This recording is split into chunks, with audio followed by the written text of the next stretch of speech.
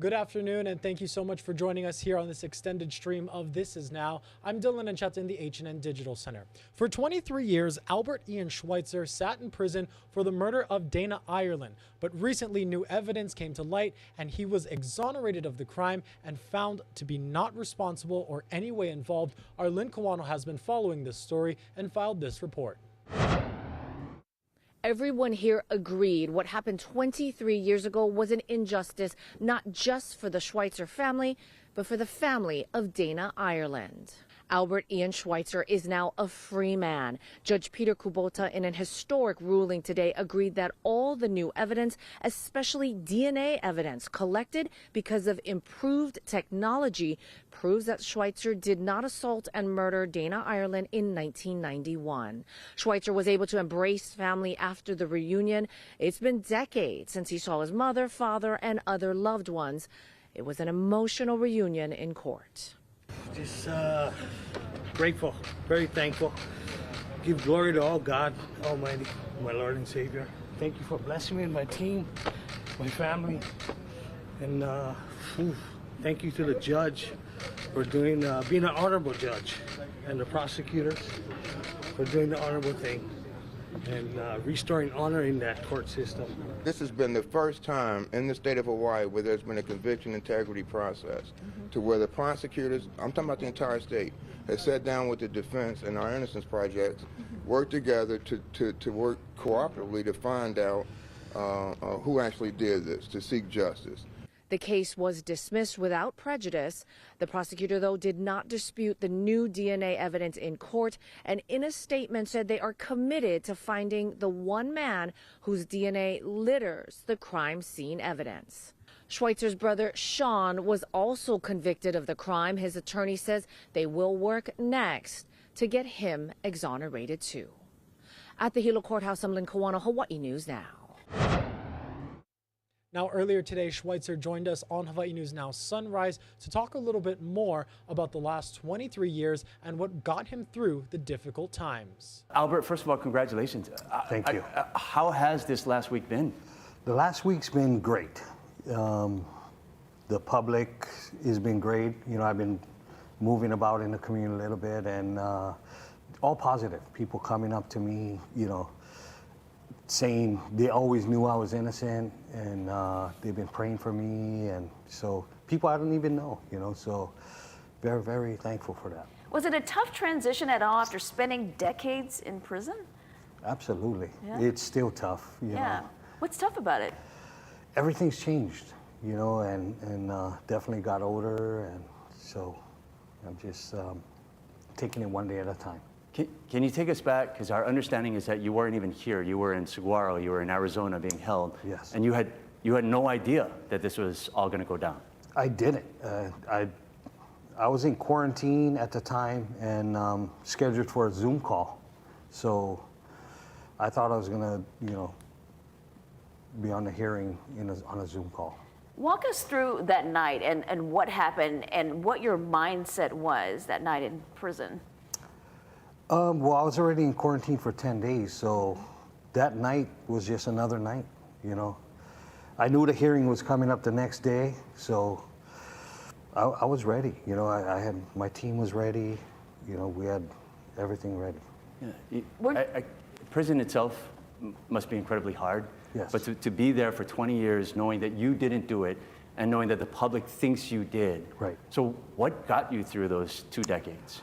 I think my faith, number one, and just promise that me and my mom made to never give up. How important was that love and that support and having somebody there that was going to keep you confident and keep you focused? Ooh, very important. Very, very, it's real. The last few days leading up to the time when the judge exonerated you for this murder that you were accused of for so many years, can you tell us what that was like, thinking that you could be on the brink of being a free man but not being sure that it was going to happen? That must have been so difficult to handle. Yeah, you know, nothing's guaranteed, you know, but I knew I had an amazing team behind me. I knew I had all the evidence, and I felt really good that I had a just judge. Yeah. Ian, we want to hammer this home, okay? Because the evidence didn't match. The DNA didn't match. You were wrongly accused in the first place. Yes. And I know you said everything's been positive at this point, but do you think because your name has been dragged through this for 20 years that there might be some sentiment out there with the public like, well, he's got to be attached somehow, which obviously is wrong. Right. Right. Right. I mean, to those skeptics, and if they believe in that, you know, God bless them. You know, I hope they can someday realize that I was wrong. Can I just say something Yes, real quick? yes, please do. One, I need to correct you. I'm not an attorney. I'm not licensed to practice. I'm just a co-director of the Innocence Project. But to that point, you know, the Central Park Five were exonerated the same way, right? The DNA came back to one person. That person confessed that the other individuals that were convicted were not involved. And people still believe to this day that they had something to do with it. I think it's hard for people in our system to admit that they were wrong in their thoughts. I think it's hard because most people think we get it right. We had the best system in the world. We always get it right. And so for jury convicted you, you must have done something. Right. And that's common in cases with exonerees, and I just wanted to point that out. Ken, let me just ask for some context on this, because to me, this is an extremely rare case for a man to be in prison for 23 years and then to be exonerated for a murder, isn't it?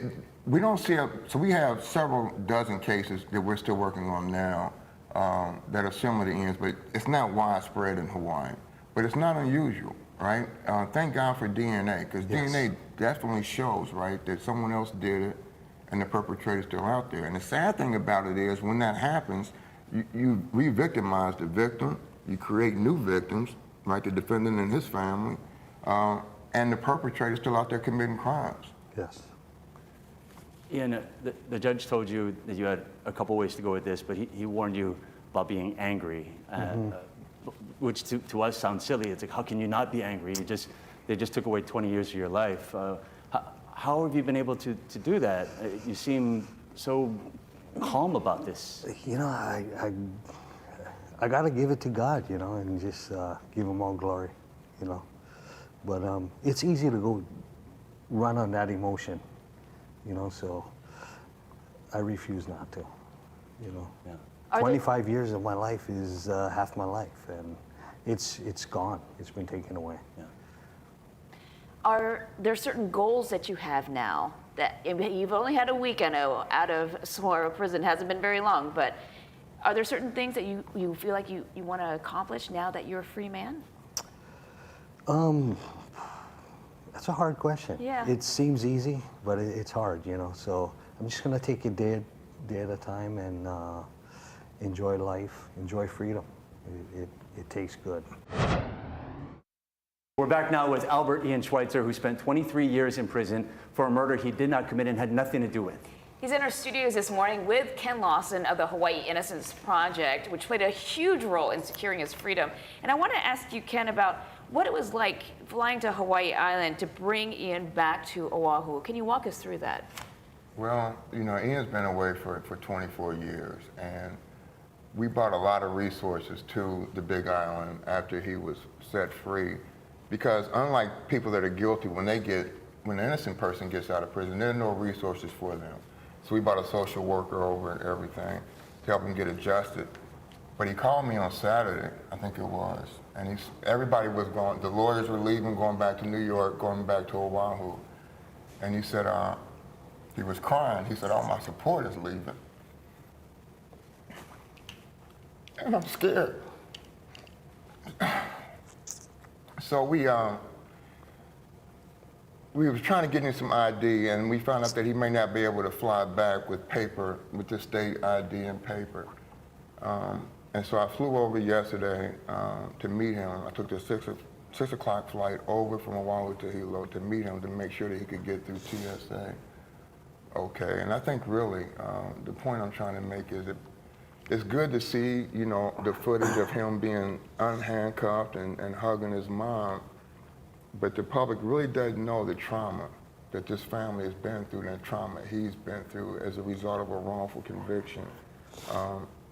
And I just can't imagine how he feels walking around here like an alien, right? Just trying to fit in and not feeling like he belongs because everything is so new. But yeah. Definitely.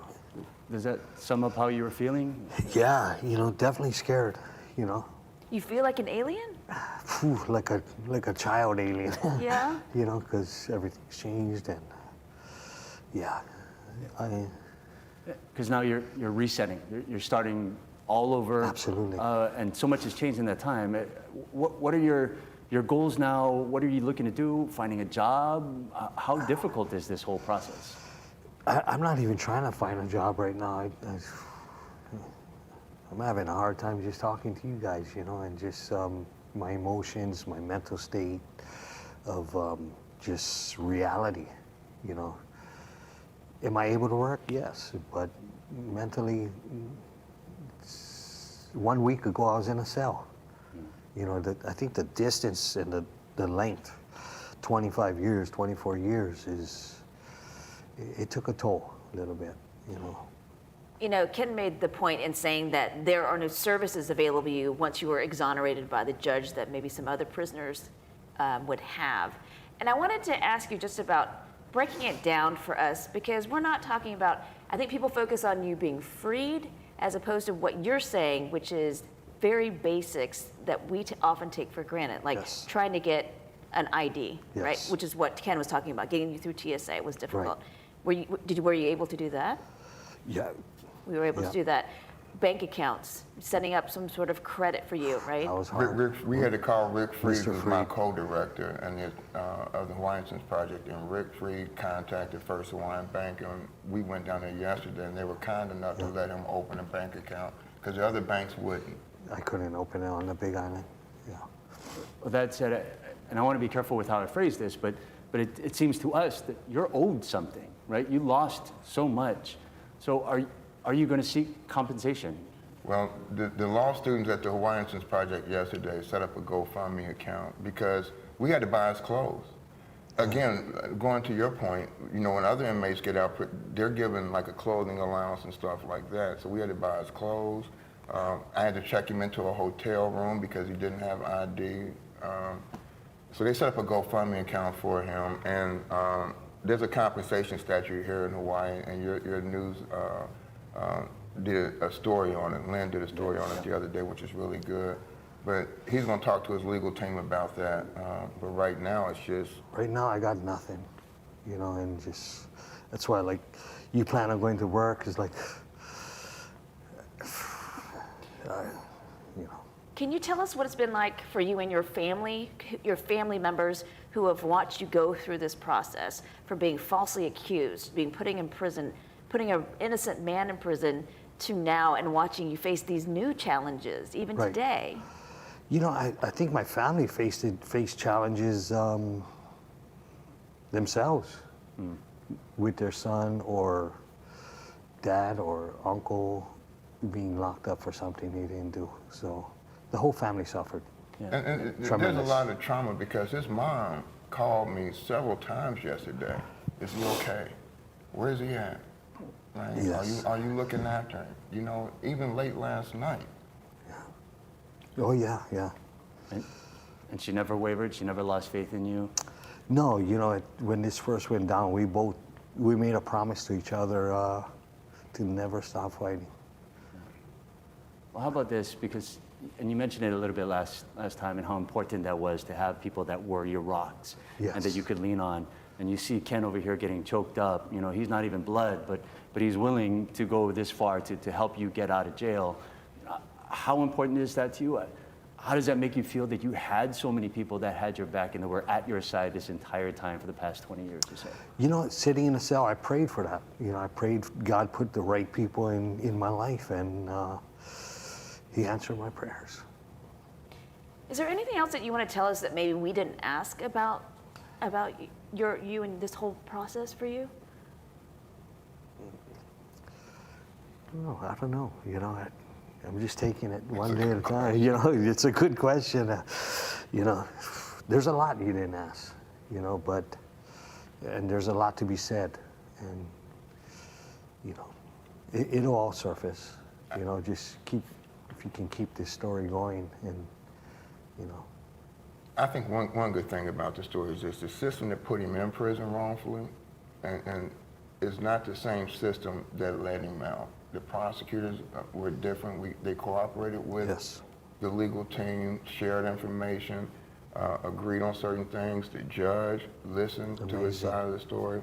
I think, you know, when the judge finally read his order, Ian was so in shock because he was always used to the system failing him, right? And Absolutely. to see the system work the way it's supposed to work, I think is some good news there.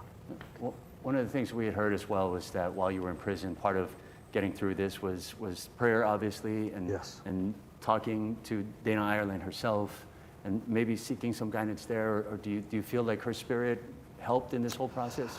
I think so. I believe, you know, she was up in heaven and looking down, and, you know, definitely had a part, you know, just God bless her family, you know.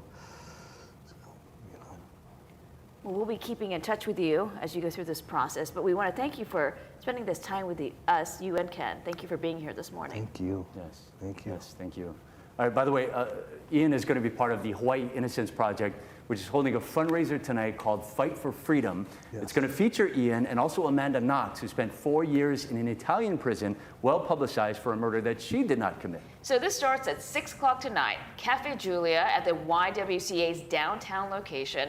Admission is $25.